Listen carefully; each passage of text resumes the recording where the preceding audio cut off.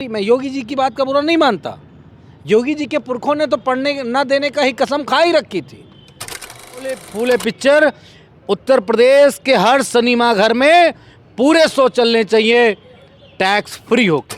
केशव प्रसाद मौर्य, धर्म सिंह और स्वतंत्र देव सिंह या और जो दलित उनके नेता हैं, एक वो कोई रिटायर्ड डीजीपी है पूर्व, बहुत ज्ञान बखारता है हमेशा। क्या नाम है उसका? ब्रजलाल आईपीएस ब्रजलाल।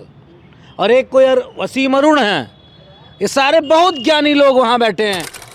ये वो लोग हैं जो समाज के दुश्मन हैं। आने वाले समय में ये कारवां और बढ़ेगा बहुत तेजी से। अरे कैसे बढ़ेगा? आप फिल्में बनाइए और रिलीज नहीं होने देंगे। आप चुनाव लड़िए और जीतने नहीं देंगे, कारवां कहाँ बढ़ेगा? अब तो मैं एक आपको सनसनीखेज बात बताता हूँ।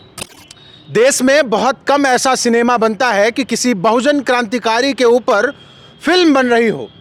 महात्मा ज्योतिबा फूले के ऊपर फूले नाम की पिक्चर बनी, 11 अप्रैल को रिलीज होनी थी, लेकिन उस फिल्म को रिलीज नहीं होने दिया गया। तमाम कट्स लगाए गए, एक जाति विशेष को दिक्कत हो गई। अब जब 25 अप्रैल को मतलब आज ये फिल्म रिलीज हो गई है, तो उत्तर प्रदेश की राजधानी लखनऊ में सरकार के दबाव में ये बात साफ तौर पर कही जा रही है कि सरकार के दबाव में फूले फिल्म ज़्यादातर सिनेमा घरों में नहीं लगी है। मात्र एक शो है, वो भी हाउसफुल है। हमारे साथ मनोज यादव जी हैं, समाजवादी पार्टी के तेज तर्राक प्रवक्ता हैं, मुखर होके दलित पिछड़ों की आवाज़ रखते हैं। क्या सोचते हैं आप, फूले जी की फिल्म से इतनी दिक्कत क्यों हो रही है योगी जी को? आपको मुझसे सवाल पूछने से पहले इस देश के पिछड़े प्रधानमंत्री से सवाल पूछना चाहिए, क्योंकि उन्होंने पिछड़ों का वोट लिया और ये बताया कि मैं पिछड़े का बेटा हूँ। और इस देश के अधिकांश पिछड़े ने, अधिकांश मतलब लगभग 65% पिछड़ों ने उनको देश का तीसरी बार प्रधानमंत्री बना दिया। क्या ये सवाल उनसे नहीं पूछा जाना चाहिए कि आखिर पिछड़ों की आवाज़ बुलंद करने वाले, उनकी बातों को और उस समाज को शिक्षित करने वाले, उस पिक्चर को जिससे दुनिया देख के एक सबक ले सके, भारत की नई पीढ़ी समझ सके कि उनके पुरखों को एजुकेशन से कैसे दूर किया गया, महिलाओं को कैसे एजुकेशन से दूर रखा गया, उस पिक्चर का यही काम है। क्या मौजूदा देश के प्रधानमंत्री, मैं योगी जी की बात का बुरा नहीं मानता। योगी जी के पुरखों ने तो पढ़ने न देने का ही कसम खा ही रखी थी, क्योंकि वो उस वर्ग से आते हैं जहाँ हर चीज़ बहुत सीमित दायरे में थी। लेकिन जिस वर्ग से मोदी जी आते हैं, उस वर्ग के साथ पीड़ा हुई थी, उस वर्ग के साथ अत्याचार हुआ था, उस वर्ग के अधिकार और तमाम सारी चीज़ों को काटा गया था। क्या मोदी जी इस पे कोई जवाब देंगे? मैं आपके चैनल के माध्यम से बीजेपी के पिछड़े नेताओं से, उत्तर प्रदेश के केशव प्रसाद मौर्य से, स्वतंत्र देव सिंह से और भी तमाम पिछड़े जो नेता हैं, जो एससी कम्युनिटी के नेता हैं, उनसे मेरा एक सवाल है, कब वो योगी आदित्यनाथ को एक डेलीगेशन के रूप में मिलने जाएंगे और ये मांग करेंगे कि फूले फूले पिक्चर उत्तर प्रदेश के हर सिनेमा घर में पूरे शो चलने चाहिए टैक्स फ्री होके? अगर वो ये मांग कर ही रहे होते तो रुकती क्यों? उनको तो इंटरेस्ट 11 तारीख को ही जब कट्स लग रहे थे, इतना विवाद हुआ, बाकायदा अनुराग कश्यप का अगर आपने नाम सुना हो तो उन्होंने बड़े अच्छे से एक पोस्ट करके पूरा बयान लिखा इस पर कि कैसे देश की सरकार और सेंसर बोर्ड ज्योतिबा फूले के विचारों को रोकने के लिए एक पूरी फिल्म रोक रहे हैं। देखिए, मैं इसीलिए सवाल पूछ रहा हूँ, उन्होंने नहीं पूछा, लेकिन मैं समाजवादी पार्टी का प्रवक्ता होने के नाते उनसे ये दबाव डाल रहा हूँ कि केशव प्रसाद मौर्य, धर्म सिंह और स्वतंत्र देव सिंह या और जो दलित उनके नेता हैं, एक वो कोई रिटायर्ड डीजीपी है पूर्व, बहुत ज्ञान बखारता है हमेशा। क्या नाम है उसका? ब्रजलाल आईपीएस ब्रजलाल। और एक कोई वसीम अरुण है। ये सारे बहुत ज्ञानी लोग वहाँ बैठे हैं, दलितों पिछड़ों के हितैषी। ये ब्रजलाल तो हमेशा एक ही बात कहता है, हमेशा एक ही बात, समाजवादी पार्टी ने ये छीन लिया, समाजवादी पार्टी ने वो छीन लिया। अब किस बिल में घुसे बैठे हैं ब्रजलाल आईपीएस जी? मेरा सवाल है आपके चैनल के माध्यम से कि कब जाओगे योगी आदित्यनाथ से मिलने, कहोगे कि महात्मा फूले की इस पिक्चर को टैक्स फ्री कब करोगे योगी आदित्यनाथ जी? रिलीज नहीं होने दे रहे आप, टैक्स फ्री की बात? मैं तो 4 कदम आगे की बात करता हूँ। रिलीज तो हो गई, एक ही सिनेमा हॉल में है पूरे लखनऊ में। ये बात बताने की कोशिश की जा रही है। अभी मैं कुछ बोल दूंगा तो कंट्रोवर्शियल हो जाएगा, लेकिन मैं कंट्रोवर्सी वाली बात करता नहीं कभी। मैं तो सवालों के जवाब देता हूं हमेशा।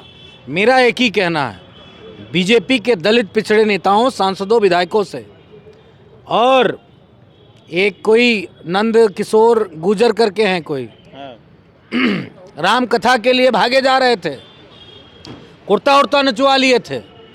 फूले साहब, महात्मा फूले जी ने जो समाज को आईना दिखाया, जो बहुत सारी चीज़ें सामने करी हैं, कम से कम उनके लिए भी अपना कुर्ता फड़वा लें। हम तो विपक्ष के नाते आवाज़ उठा ही रहे हैं। समाजवादी पार्टी की सरकार होती तो महात्मा फूले ये पिक्चर उत्तर प्रदेश के हर सिनेमा हॉल में मैंडेट होती, चलती ही चलती, टैक्स फ्री भी होती, और समाज के लोगों के लिए जो और व्यवस्था कर सकते थे वो भी हमारी सरकार करती। पर इनको दिक्कत क्या है आखिर? चलिए मान लेते हैं वहाँ पिछड़े नेता हैं, वो भी नहीं बोल रहे हैं। मोदी जी को तो आप ही लोग कभी कभी नकली ओबीसी भी बता देते हैं, पर भाजपाइयों को दिक्कत क्या है इस चीज़ से? आखिर फूले से क्या दिक्कत है इन्हें? मोदी जी से बड़ा कोई ओबीसी है भाई नहीं है।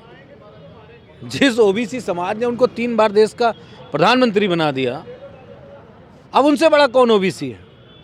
लेकिन वो ओबीसी की लड़ाई कितनी लड़ते हैं, ये महत्वपूर्ण है। विनीत जी, इस पे सभी को सवाल पूछना चाहिए।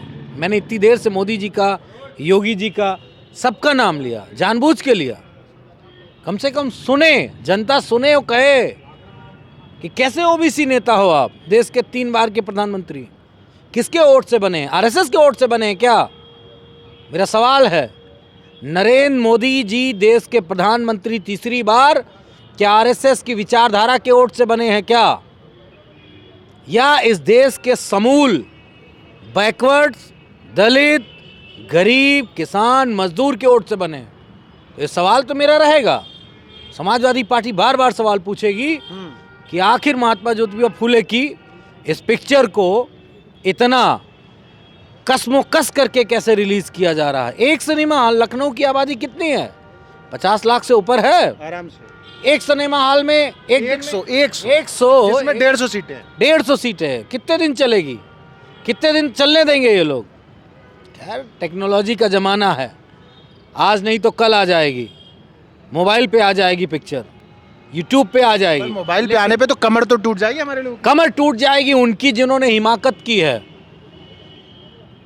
कि पिछड़ों के भी तमाम सारे महानायकों की जीवन गाथा कैसे दुनिया जान गई। अब तो मैं एक आपको सनसनीखेज बात बताता हूँ। मेरा बेटा इस प्रतिष्ठित स्कूल में पढ़ता है लखनऊ के, उसकी एक किताब है हमारे पूर्वज की।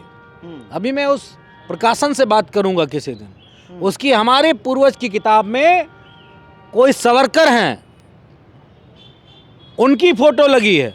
मैंने पढ़ा चैप्टर पूरा, उसमें उनकी कहीं भी एक शब्द उनके बारे में नहीं लिखा गया है, लेकिन उस प्रकाशन ने, दिल्ली वाले प्रकाशन ने, उसमें सावरकर की फोटो लगाई है। क्यों? सावरकर की क्या गाथा है, क्या इतिहास है? माफ़ी मांगना। अच्छा, हमारे पूर्वजों में बाबा साहब हैं, फूले साहब हैं, उन लोग का है? कोई नहीं है। कौन कौन है हमारे पूर्वजों में आपने वो सब वही लोग हैं। हाँ। बस इतना समझ। किस क्लास में है आपका बच्चा? 6 में। 6 में। हाँ, सब वही लोग हैं। एक आध लोग हैं उसमें ऐसे, बाकी सब वही लोग हैं। मैं ये नहीं कहना चाहता कि किसी का इतिहास शानदार नहीं है, सबके योगदान है। मेरी ये किसी से लड़ाई नहीं है कि अमुक वर्ग के लोग ही क्यों हिस्ट्री में बैठे हैं, पर हमारा भी इतिहास तो पढ़ाया जाए। हमारा भी इतिहास पढ़ाया जाए। हमारे भी लोगों ने क्या योगदान दिया है देश में। आखिर ज्योतिबा फूले साहब ने क्या परिवर्तन किया है, सामाजिक, शैक्षणिक, देश में क्या बदलाव किया, ये हमारे लोग नहीं जानेंगे। अगर नहीं जानेंगे तो मेरे ख्याल से इसके और भी रास्ते निकाले जाएं। यही बात जो आप कह रहे हैं, यही अनुराग कश्यप ने कही। पता है, उस पूरी उनके पोस्ट के नीचे जानते कौन कमेंट कर रहा था? एक खास बिरादरी के लोग, और ये कहने में कोई बुराई नहीं है, ब्राह्मण। और उसके ऊपर उन्होंने बाद में टिप्पणी भी की जो बहुत विवादित रही, उन्होंने उसके लिए माफी भी मांगी। मैं उस कंट्रोवर्सी में नहीं जाना चाहता, वो एक कंट्रोवर्सी है। पर एक जात को दिक्कत तो है। मैं कह रहा हूँ सबको दिक्कत है, एक जाति का नाम क्या लेना, हम सिर्फ एक जाति का क्या नाम लें? ठीक बात है।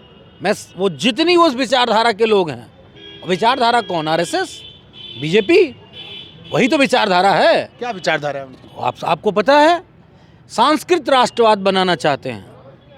वो सांस्कृत राष्ट्रवाद जहाँ आडंबर हो, पाखंड हो, जहाँ लोगों को मनुष्य की तरह मनुष्य न समझा जाता हो, इंसान को इंसान न समझा जाता हो, इंसानियत न समझी जाती हो, वही पाखंड सांस्कृतिक राष्ट्रवाद में है। जहाँ ऊंच नीच भेदभाव हो। वो तो सदियों पुरानी लड़ाई है, वो तो अभी सदियों तक लड़नी है। ये खत्म नहीं होगा। बहुत समय लगेगा ख़त्म होने में। लोग कह रहे हैं कि इस फिल्म को बैन करने के पीछे जातिगत श्रेष्ठता वाली भावना है, किसी भी तरीके से उसको बचा लेना चाहते हैं ये लोग। लेकिन ये कारवां रुकेगा नहीं, आने वाले समय में ये कारवां और बढ़ेगा बहुत तेज़ी से। अरे कैसे बढ़ेगा? आप फिल्में बनाइए और रिलीज नहीं होने देंगे, आप चुनाव लड़िए और जीतने नहीं देंगे, कारवा कहाँ बढ़ेगा? मैंने शूद्र मूवी बहुत पहले देखी थी, हाँ, यूट्यूब पे ही देखी थी, किसी सिनेमा घर में नहीं देखी थी। ठीक बात है। उससे पहले तक मेरे दिमाग में कुछ और पिक्चर होती थी, देखने के बाद कुछ और पिक्चर बनी। और फूले, महात्मा फूले की पिक्चर, या एक पिक्चर आई थी अनुच्छेद 15, आर्टिकल 50 देखा था? हाँ, देखिए कितनी गजब की पिक्चर थी। तो हीरो तो उसमें भी उन्हीं को बना दिया। उससे कोई मतलब नहीं, उससे कोई मतलब नहीं। यही तो महीन जातिवाद है। नहीं नहीं नहीं, देखिए महीन जातवाद से मतलब नहीं है। वो मैसेज था इस बात का कि दलित क्या होता है, पिछड़ा क्या होता है, उस व्यक्ति को भी नहीं मालूम था। सेंसिटिव ऑफिसर था ना, सेंसिटिव था वो, उसके अंदर वो सामंती व्यवस्था नहीं थी। लेकिन उस पिक्चर को देखने के बाद मुझे बहुत अच्छा लगा। आई फील वेरी वेल, बहुत अच्छा लगा। मतलब अगर आप मुझसे कहो कि 2 दशक में आपको सबसे बेहतरीन पिक्चर कौन सी लगी, तो मैं कहूँगा अनुच्छेद 15। क्योंकि अभी मैं हाल फिलहाल अभी फूले नहीं देखी है, जिस दिन इसको देखेंगे तो उसके बारे में अलग मेरी राय होगी कि और क्या 2 दशकों में अगर कोई पिक्चर अच्छी लगी तो अनुच्छेद 15। भले वो थोड़ा सा टच कर रही थी, लेकिन ओवरऑल उस में स्टोरी यही थी कि कैसे दलितों के साथ अत्याचार होता है, कैसे पिछड़ों के साथ भेदभाव होता है, ये सारी चीज़ें उसमें थी। नो डाउट लखनऊ में शायद शूटिंग भी हुई है उसकी।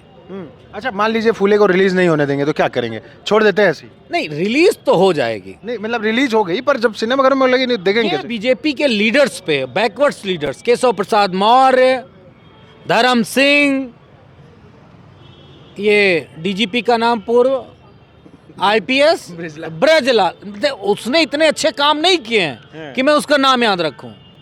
कोई असीम अरुण है, वो ब्रजलाल के कंपैरिजन में असीम अरुण ठीक है अभी, लेकिन ब्रजलाल जैसा व्यक्ति, मुखौटा बहन जी ने कितना पीछे से आगे बढ़ाया। ये वो लोग हैं जो समाज के दुश्मन हैं, दुश्मन। इन्हीं लोगों की वजह से ये खुद तो आगे बढ़ गए, लेकिन समाज को पीछे कर देते हैं अपने जाति लाभ के लिए। पर है तो ये दलित पिछड़े ही ना। तो कैसे दलितों की, पिछड़ों की अस्मिता को गिरवी रख के अगर आप आगे बढ़े तो क्या बढ़े? किससे तुलना करते हैं? किसकी बुराई करता है वो व्यक्ति? पूर्व डीजीपी, मौजूदा राज्यसभा सांसद, कौन सा सवाल दलितों पिछड़ों के लिए उसने उठाया? और वो एससी एसटी के वो आयोग के भी रहे अध्यक्ष, क्या उठाया? चोंगा पहन के वीडियो बनाते नजर आते हैं, इसके अलावा तो कुछ किया नहीं। तो समाज माफ़ नहीं करेगा ऐसे लोग। खैर, ऐसे लोग इसी पीढ़ी में ख़त्म हो जाएंगे, इनकी अगली पीढ़ी समाज के लिए कुछ करने लायक भी नहीं रहेगी, इतना मैं दावे से कह रहा हूँ। समाजवादी पार्टी के पीडीए के महापुरुषों का अपमान ऐसे ही होता रहेगा? ना ना ना ना, अपमान नहीं होगा। ये अपमान ही है। पिछड़ा मतलब पीछे, पिछड़ा मतलब हर चीज़ को बहुत गति को धीमे किया जाएगा। अच्छा, आपकी गति धीमे हो जाएगी तभी तो आप पीछे रह जाओगे। अगर गति आपकी तेज़ हो जाओगी तो आप भी तो आगे निकल जाओगे। तो ये गति को धीमा किया जा रहा है, और आने वाले समय में उन सारी चीज़ों को हटाया जाएगा। समाजवादी सरकार नहीं, पीडीए सरकार बनने जा रही है। पीडीए की सरकार बन जाएगी तो वापस से फूले रिलीज कराएंगे। अभी बहुत पिक्चरें बाकी हैं, बहुत पिक्चरें बाकी हैं। अभी तो सामाजिक कार्य होना है, बहुत पिक्चरें बननी है अभी, बहुत, कल्पना नहीं कर सकते आप। ठीक है, ये हमारे साथ मनोज यादव जी थे। कह रहे हैं कि तमाम नेता जो दलित पिछड़े वर्ग के हैं, चाहे केशव प्रसाद मौर्य हो, चाहे स्वतंत्र देव सिंह हो, चाहे ब्रजलाल जी हो, चाहे प्रधानमंत्री जी हों, उनको भी ये कह रहे हैं कि वही सबसे बड़े बड़े पिछड़े हैं। आखिर ये लोग जवाब कब देंगे, और फूले जैसे एक महान व्यक्तित्व को आखिर ये क्यों पीछे धकेलना चाहते हैं? ये हमेशा दलित पिछड़ों के महापुरुषों का अपमान क्यों करते हैं?